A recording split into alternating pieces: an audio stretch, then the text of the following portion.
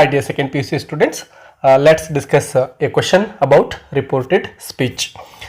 ನಿಮಗೆ 5 ಅಂಕಗಳಿಗೆ ಈ ಒಂದು ಪ್ರಶ್ನೆಗಳನ್ನು ಕೇಳಲಾಗುತ್ತೆ. ಈ ಒಂದು ರಿಪೋರ್ಟೆಡ್ ಸ್ಪೀಚ್ ಬಗ್ಗೆ ಇಲ್ಲಿ ಒಂದು ಕಾನ್ವರ್ಸೇಷನ್ ಅನ್ನು ಕೊಡಲಾಗಿರುತ್ತೆ. ನೀವೇನು ಮಾಡಬೇಕು, ರಿಪೋರ್ಟೆಡ್ ಸ್ಪೀಚಲ್ಲಿ ಬರೀಬೇಕು. ಆಲ್ರೆಡಿ ಅನೇಕ ಎಕ್ಸಾಂಪಲ್ಸ್ಗಳನ್ನು ನಾನು ಕೊಟ್ಟಿದ್ದೇನೆ. ಇಲ್ಲಿ ಮತ್ತೊಂದು ಕ್ವಶನನ್ನು ಡಿಸ್ಕಷನ್ ಮಾಡೋಣ. ಇಲ್ಲಿ ನಡೀತಕ್ಕಂತಹ ಒಂದು ಕಾನ್ವರ್ಸೇಷನ್ ಏನಿದೆನೋ ಅದು ಝನಿಟೋ ಮತ್ತು ಡಾನ್ ಗೊನ್ಜಾಲೋ ಇವರ ಮಧ್ಯೆ ನಡೀತಕ್ಕಂಥದ್ದಾಗಿದೆ. ಫಸ್ಟ್ ಸೆಂಟೆನ್ಸನ್ನು ಗಮನಿಸಿ, ಏನೆಲ್ಲ ಬದಲಾವಣೆ ಮಾಡಬೇಕು ಅಂತಕ್ಕಂಥದ್ದನ್ನು. ಮೊದಲನೇದಾಗಿ ನೋಡಿ ವಿದ್ಯಾರ್ಥಿಗಳೇ, ಕ್ಯಾನ್ ಯು ಸಿಟ್ ಹಿಯರ್ ಅಂತಕ್ಕಂತಹ ಒಂದು ಸ್ಟೇಟ್ಮೆಂಟ್ ಅಥವಾ ಒಂದು ಸೆಂಟೆನ್ಸ್ ಏನಿದೆನೋ ಅದು ಒಂದು ಕ್ವಶನ್ ಆಗಿದೆ. ಎಸ್ ಆರ್ ನೋ ಕ್ವಶನ್ ಆಗಿದೆ. ನೀವು ಸರಿಯಾಗಿ ಗಮನಿಸಬೇಕು, ಯಾಕೆಂದರೆ ಇದರಿಂದ ಬರ್ತಕ್ಕಂತಹ ಉತ್ತರ ಎಸ್ ಅಥವಾ ನೋ ಆಗಿರಬೇಕು. ಹಾಗಾಗಿ ಸೊ ಇಲ್ಲಿ ಕ್ಯಾನ್ ಯು ಸಿಟ್ ಹಿಯರ್ ಈ ಒಂದು ಪದದಲ್ಲಿ ಬದಲಾವಣೆಗಳು ಏನೇನಾಗಬೇಕು ಅಂತಕ್ಕಂಥದ್ದನ್ನು ನೋಡಿ. ಮೊದಲನೇದಾಗಿ ಕ್ಯಾನ್ ಇರತಕ್ಕಂಥದ್ದನ್ನು ಕುಡ್ ಅಂತೇಳಿ ಚೇಂಜ್ ಮಾಡಬೇಕಾಗುತ್ತೆ. ಮತ್ತು ಯು ಇರೋ ಪ್ರನೌನ್ ಹಿ ಅಂತ ಆಗಬೇಕಾಗುತ್ತೆ. ಹಿಯರ್ ಇರೋದು ದೇರ್ ಆಗುತ್ತೆ. ಸೊ ಈ 3 ಪದಗಳನ್ನು ಬದಲಾಯಿಸಿಕೊಂಡು ಸೆಂಟೆನ್ಸನ್ನು ಬರೀಬೇಕು. ಯಾವ ರೀತಿ ಬರೆಯೋದು? ಮೊದಲನೇದಾಗಿ ನೋಡಿ, ಝನಿಟೋ ಕ್ವಶನನ್ನು ಕೇಳ್ತಾ ಇರೋದಲ್ವಾ. ಸೊ ಮೊದಲನೇದಾಗಿ ಝನಿಟೋ ಆಸ್ಕ್ಡ್ ಅಂತೇಳಿ ಬರ್ಕೊಳ್ತಾ ಇದ್ದೇವೆ, ಯಾಕೆಂದರೆ ಕ್ವಶನ್ ಕೇಳ್ತಾ ಇರೋದ್ರಿಂದ. ಝನಿಟೋ ಆಸ್ಕ್ಡ್ ಡಾನ್ ಗೊನ್ಜಾಲೋ. ನೋಡಿ, ಇದು WH ಕ್ವಶನ್ ಅಲ್ಲ, ಎಸ್ ಆರ್ ನೋ ಕ್ವಶನ್. ಹಾಗಾಗಿ ಇಫ್ ಅನ್ನ ಯೂಸ್ ಮಾಡಿಕೊಂಡು ನಾವು ರಿಪೋರ್ಟ್ ಮಾಡಬೇಕಾಗುತ್ತೆ. ಇಫ್ ಅಂತ ಇಲ್ಲಿ ಬರ್ಕೊಳ್ತೇವೆ. ಝನಿಟೋ ಆಸ್ಕ್ಡ್ ಡಾನ್ ಗೊನ್ಜಾಲೋ ಇಫ್ ಅಂತ ಆಯಿತು. ಈಗ ನೋಡಿ, ಕ್ಯಾನ್ ಯು ಇರೋದನ್ನು ಎಕ್ಸ್ಚೇಂಜ್ ಮಾಡಬೇಕಾಗುತ್ತೆ. ಯು ಈ ಕಡೆ ಬರಬೇಕು, ಕ್ಯಾನ್ ಈ ಕಡೆ ಬರಬೇಕಾಗುತ್ತೆ ನಾವು ರಿಪೋರ್ಟೆಡ್ ಸ್ಪೀಚ್ ಬರೀಬೇಕಾದ್ರೆ. ಸೊ ಇಫ್ ಆದಮೇಲೆ ಯು ಇರೋದನ್ನು ಹಿ ಅಂತೇಳಿ ಚೇಂಜ್ ಮಾಡಿ ಬರಿತೇವೆ, ಮತ್ತು ಕ್ಯಾನ್ ಇರೋದನ್ನು ಕುಡ್ ಅಂತೇಳಿ ಬರೆದುಕೊಳ್ತೇವೆ. ಇಫ್ ಹಿ ಕುಡ್ ಅಂತ ಆಯಿತು. ಸಿಟ್ ಹಿಯರ್ ಇರೋದನ್ನು ಸಿಟ್ ಹಿಯರ್ ಇರೋದು ದೇರ್ ಅಂತೇಳಿ. ಸೊ ಈ ರೀತಿ ಫಸ್ಟ್ ಸೆಂಟೆನ್ಸನ್ನು ನಾವು ಚೇಂಜ್ ಮಾಡಬೇಕು. ಇಷ್ಟು ಬರೆದ್ರೆ 1 ಅಂಕ ನಿಮಗೆ ಸಿಗುತ್ತೆ. ಇನ್ನು ಸೆಕೆಂಡ್ ಸೆಂಟೆನ್ಸ್ ಗಮನಿಸಿ, ಡಾನ್ ಗೊನ್ಜಾಲೋ ಹೇಳ್ತಕ್ಕಂಥದ್ದು I want a bench to myself ಅಂತ ಇದೆ. ಸೊ ಇಲ್ಲಿ ರಿಪ್ಲೈ ಕೊಡ್ತಾ ಇದ್ದಾರಲ್ವಾ Don Gonzalo. So Don Gonzalo replied that ಅಂತ ಬರೆದು ಇಲ್ಲಿ ಏನು ಬದಲಾವಣೆ ಆಗ್ತವೆ ನೋಡಿ. ಐ ವಾಂಟ್ ಇರೋದು ಐ ಇರೋದನ್ನು ಹಿ ಅಂತ ಚೇಂಜ್ ಮಾಡಬೇಕು. ವಾಂಟ್ ಇರೋದು V1 ಏನಿರುತ್ತೋ ಇದನ್ನು ವಾಂಟೆಡ್ ಅಂತೇಳಿ V2ಗೆ ಚೇಂಜ್ ಮಾಡಬೇಕಾಗುತ್ತೆ. ಮೈ ಸೆಲ್ಫ್ ಇರೋದನ್ನು ಹಿಮ್ ಸೆಲ್ಫ್ ಅಂತ ಚೇಂಜ್ ಮಾಡಬೇಕಾಗುತ್ತೆ. ಇಷ್ಟು ಬದಲಾವಣೆ ಮಾಡಿ ಸೆಂಟೆನ್ಸನ್ನು ಬರೀಬೇಕು. Don Gonzalo replied that, I ಇರೋದನ್ನು ಹಿ ಅಂತ ಬರಿತೇವೆ. ವಾಂಟ್ ಇರೋದನ್ನು ವಾಂಟೆಡ್ ಅಂತ ಬರಿತಾ ಇದ್ದೇವೆ. Wanted a bench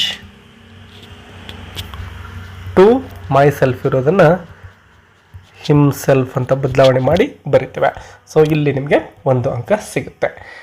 next dialogue ನೋಡಿ, ಝನಿಟೋ ಹೇಳ್ತಕ್ಕಂಥದ್ದು there are 3 priests sitting there ಅಂತ ಇದೆ. ಸೊ ಇಲ್ಲಿ ಏನು ಬದಲಾವಣೆಗಳಾಗಬೇಕು ಅಂದರೆ ಆರ್ ಇರೋದು ವರ್ ಆಗುತ್ತೆ. There were 3 priests sitting there. So ಇಲ್ಲಿ ಇದು ಒಂದೇ ಬದಲಾವಣೆ ಮಾಡಿ ಬರೀಬೇಕಾಗುತ್ತೆ. ಸೊ ಇಲ್ಲಿ ಝನಿಟೋ ಹೇಳ್ತಕ್ಕಂಥದ್ದಲ್ವಾ, Zanito said that, Zanito said that there are ಇರೋದನ್ನು ದೇರ್ ವರ್. ಇನ್ನು ಉಳಿದಿರ್ತಕ್ಕಂತಹ ಪಾಠನ ಯಾವುದು ಬದಲಾವಣೆ ಇಲ್ಲದೆ ಹಾಗೆ ಬರೀತೇವೆ.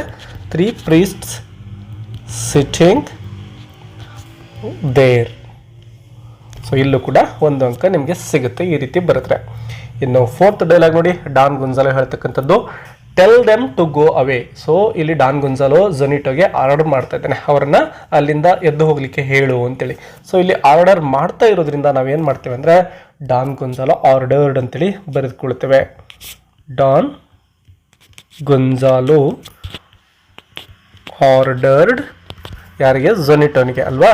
ಸೊ ಝನಿಟೋ ಅಥವಾ ನೀವು ಹಿಮ್ ಅಂತ ಬರೆದ್ರು ಕೂಡ no problem. Don Gonzalo ordered ಝನಿಟೋ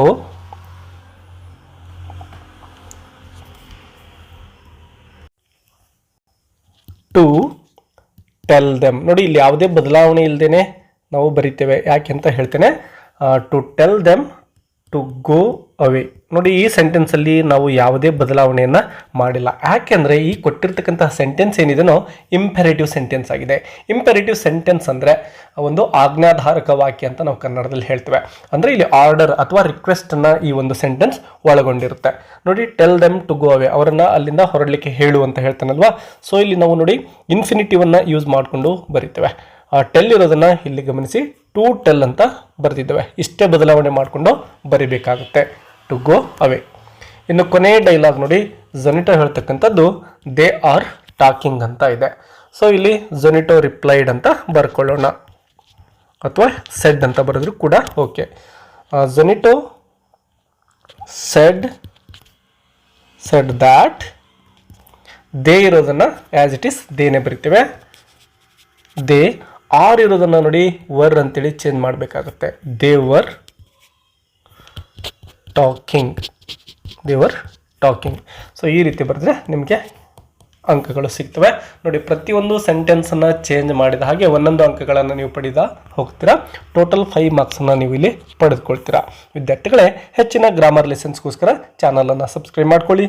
ಯಾವುದಾದ್ರೂ ಟಾಪಿಕ್ ನಿಮಗೆ ಡೌಟ್ ಇದ್ದರೆ ಕಮೆಂಟ್ ಬಾಕ್ಸಲ್ಲಿ ತಿಳಿಸಿ. I will try to solve that question. Let's meet again in next video. Thank you for watching. Bye bye. Take care.